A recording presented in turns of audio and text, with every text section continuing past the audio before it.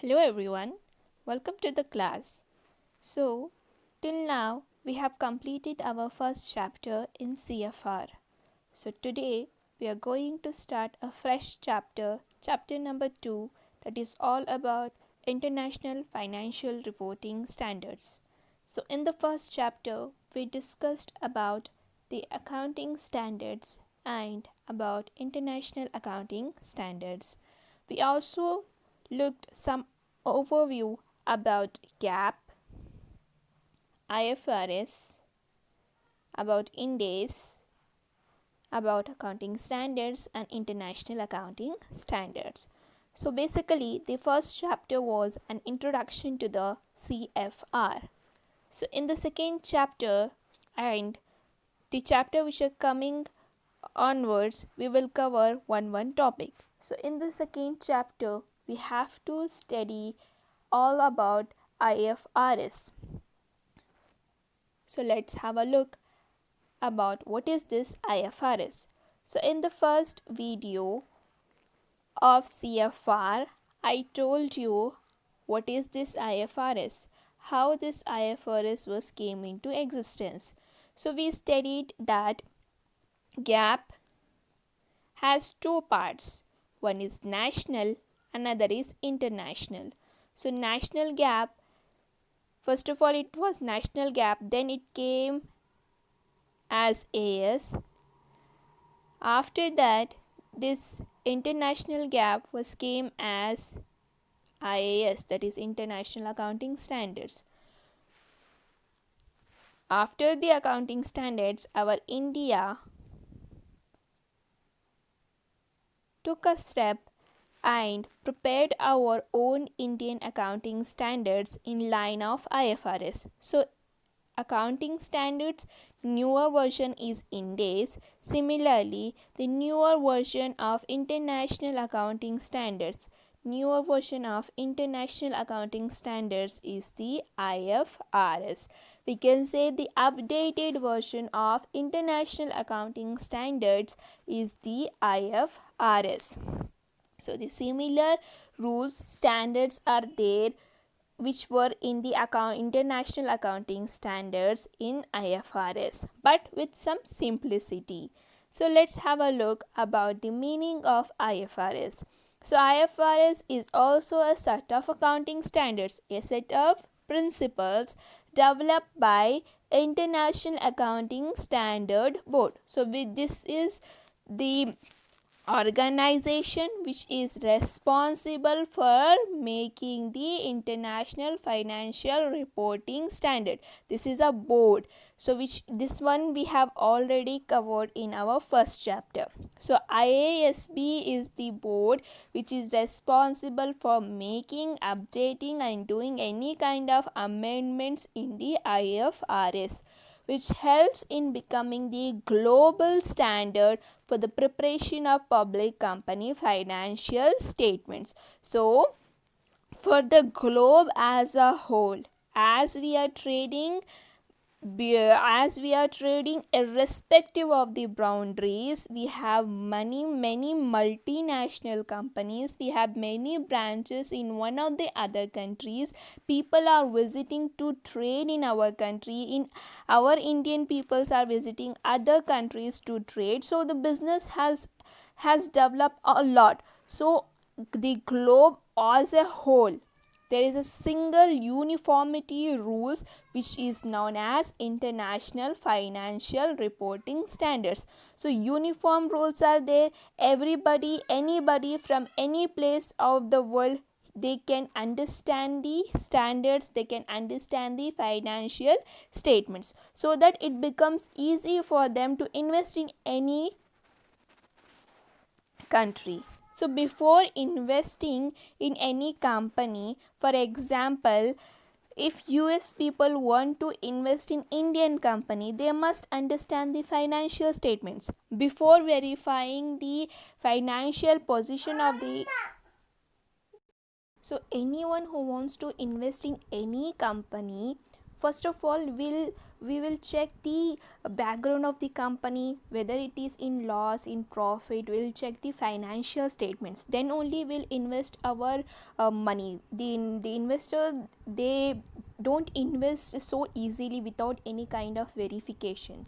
That is the money they have earned with lots of hard work, right? So here, even if we want to invest a single rupee also, we'll check the background of the company, whether this company is faithful, whether we can trust that company, and so on. So here, as this the normal people are doing for investing in any kind of chits, funds, etc., we are checking the background of the person who is doing those kinds of chits, and those who is doing all kinds of those all the microfinance transaction. Similarly, if the investors who are trading in crores, if they want to invest in any particular company, they first of all they want to check the financial statements. So if they want to check the financial statements, they must understand the financial statements. How they can understand the financial statements if the rules in one country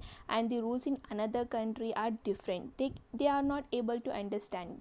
So to eradicate this problem, the IFRS was introduced, and with the help of IFRS, this IFRS is the uniform rules for all the companies located around the world. So anybody from any part of the world, they can understand the financial statements easily. So let's look into the features of IFRS. What are the characteristics? What are the features of IFRS? The first feature is faithful presentation. So faithful representation. So here, one of the major advantage, we can say one of the major benefit of IFRS is that it is free from the bias. It doesn't have any kind of bias or any kind of fake information. The IFRS standards, if it is implemented by the companies, we can trust the companies blindly. It is been said that if the company is following IFRS, it is preparing the books of accounts by following the IFRS standards, it is being regarded as a trusted company, and it is very faithful representation. We can trust the books of accounts of those companies, and IFRS system makes sure that it is free from any kind of bias. Either it is a gender bias, either it is the presentation of the fake financial statements. It can be anything. You can trust those companies who are following the IFRS standards. So that is faithful representation, free from the biased. Next, comparability. So here, as I told, the IFRS was came into existence for the uniformity of rules and regulation all over the world. So here we are trading irrespective of the boundaries. If we want to compare two companies, we can easily compare. How we can compare means, this company is also following IFRS and this company is also following IFRS. So if the books of accounts are prepared in line of IFRS of this company, and this company is also preparing the books of accounts in line of IFRS, it is so easy to compare the financial statements of both the companies, because they are following the same rules, same steps, same procedure for making the financial statements. So here it becomes easy to compare of the two companies of similar nature. If two companies doing same kind of business, we can compare the financial statements of both the companies from one period to the another period. That is easy to compare. Next, accrual basis of accounting. Now what is this accrual basis of accounting? So here the entity will recognize the items such as assets, liabilities, equity, income and expenses, etc., when they are arrived in the organization. So here we have already studied this concept, accrual concept. When they have arisen in the organization, then only the organization has to show them in the books of account. That is accrual basis. When they arrive in the business, when they are occurred in the business will recognize it, and the same recognition will be followed, and in that those assets, liabilities, equity, etc. will be recorded in the books of accounts. So here the IFRS framework is making sure that whenever the assets, liabilities, equity, or any kind of income and expenses is arrived or occurred in the business, then only it has to be shown in the books of account. Before the arrival of the assets, or before the before the commitments of the liability, before the arrival of the equity, or before the arrival of the income or the expenses, it should not be shown in the books of accounts. So this is the correct form, the correct framework of the IFRS, that it should be recorded when it incurred in the business. Next, materiality and aggregation. So here materiality in the sense those concept which has a significant impact on business. Materiality, significant impact on business. Immateriality means those concepts which doesn't have any significance, which should be ignored. So here materiality means it focuses more on the important, significant concept which is good for the business, which has impact on the business. If we don't observe those things, it could impact the business. So materiality means more important, more significant concept. So here it is been said that all the material concept, all the material item which has a significant on the business should be recorded separately, should be shown separately. So here all the material concepts should be recorded separately, and immaterial concept which doesn't have any significance should be recorded separately. Why? Because we have to first give the preference on the material concept which is significant, which is important for our business. The immaterial concept which doesn't have that much of significance, which can be solved after solving the material concept, should be recorded separately. So this is also another feature of the IFRS standard. Next is aggregation. So here aggregation means all the material concepts, all the immaterial concepts at the end should be calculated together. So we should calculate the aggregate of all those material and immaterial concept to have a comparison, from one period to the another period. Next is verifiability. So verifiability, I already told you, verifying, it helps the users to verify the information which is presented in the financial statements.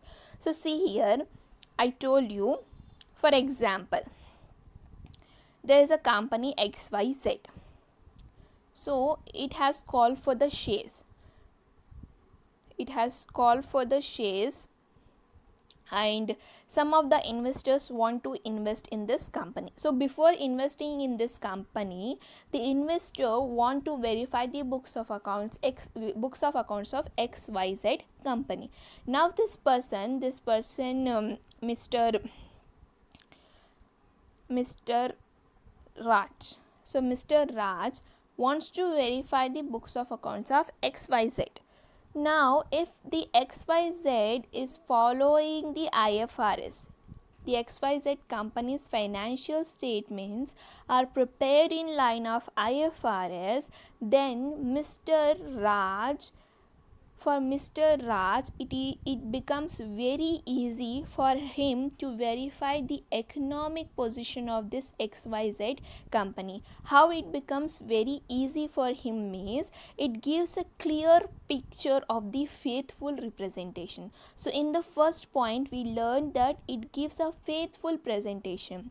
So the IFRS for the investors, for the users, it gives a picture, it gives a agreed picture of the faithful presentation. So it helps the different knowledgeable and the independent observers to reach on an agreement, to make them agree on the faithful presentation. So anyone a person with lots of knowledge, a person who is independent, who is an independent observer, even that person wants to verify the books of particular company which is following IFRS, those person will also agree if they come to know that this particular company is following the IFRS standards. Why? Because the IFRS make faithful presentation of the financial statement. It is free from the biased.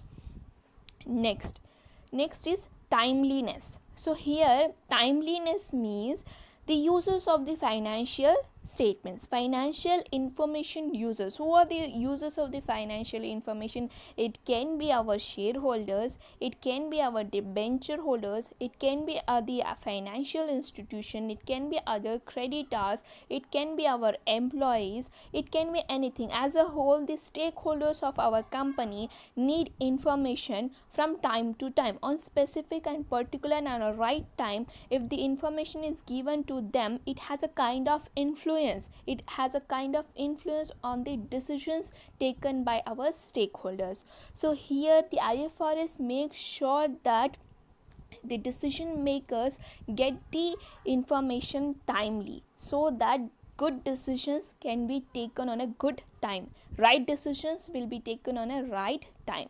So this is also a best feature of IFRS. Now the last feature is understanding. So I told you in the before only, the IAS was converted into IFRS. So here the main two main objectives was to bring the uniformity and another one was to bring the simplicity. So IAS standards, some of the IAS standards were difficult, were complex to understand. So here the simplicity was brought in IFRS and it became very easy for the users of the investors of the companies to understand the financial statements. Of course, some of the standards even in IFRS are complex, but it is made easy to understand. So here we can say that IFRS was came into existence to bring the uniform rules and regulation for the companies all over the world, and it is being very simple when compared to the international accounting standards. So this is all about today's class. If you have any doubt, you can ask me in the comments below. So on Mondays you will be having 2 classes of CFR. On Tuesday you have 1 hour of CFR and Thursday you have 1 hour. So totally in a week we have 4 hours. So Monday, Tuesday and Thursday you will be having my classes. So don't miss to attend the classes on Monday, Tuesday and Thursday. Friday, Saturday and Sunday, Friday, Saturday, Sunday and Wednesday you will not be having my classes. So if you have any doubts, you can ask me in the comments below or in your WhatsApp group. Thank you for watching, and if you found this video useful, please subscribe to the channel, like and share. Thank you.